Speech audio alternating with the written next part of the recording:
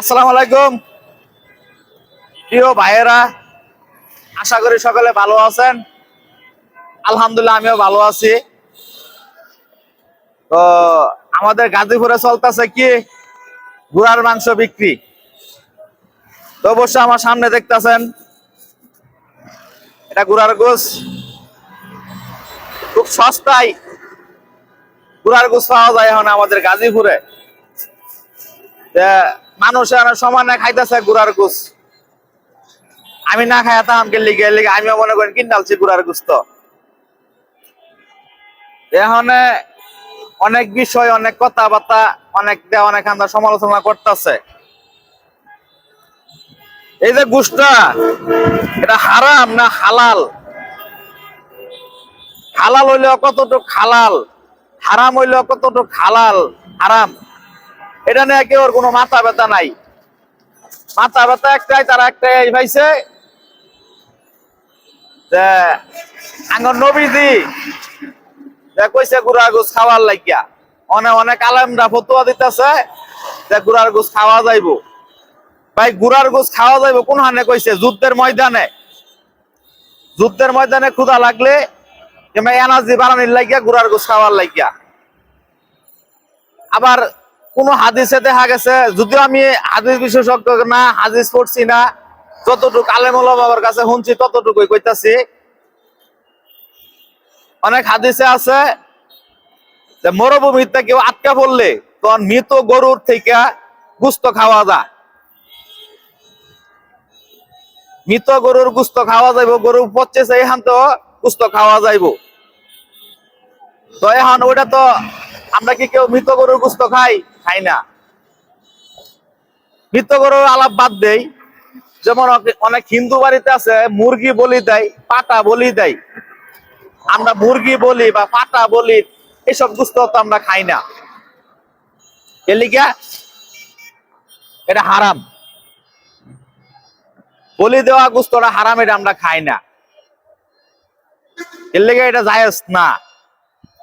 এখন আমরা যে গুড়ার গোশতটা খায়াম কোন হিসাবে খায়াম? কারণ নবীজি তো কইয়া গেছে যুদ্ধের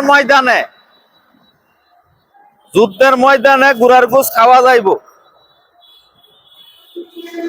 যুদ্ধের ময়দানে গুড়ার গোশ খাওয়া যাইব।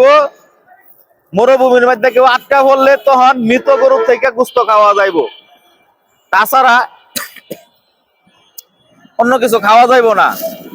আপনারা আবার আমার পাগলটা ভাববেন না যে আমিও গুড়ার গোশ কিনালছি কিনা, বা এটি গুড়ার গোশ না। এটি গুড়ার গোশত না, এটা হচ্ছে মাওনা এলাকা। মাওনা এলাকায় গুড়ার গোশত বিক্রি হয় না। মাওনা এলাকায় কোনো গুড়ার গোশত বিক্রি হয় না। এটা গরুর গোশত, গরুর গোশত কিনে নিয়ে আইছি। তবে যেই হারে গুড়ার গোশত বিক্রি শুরু হয়েছে, এরকম কিছুদিন গেলে মনে হয় মানুষ শুরু হইব। চাহিদা কতটুক বাড়াইছে।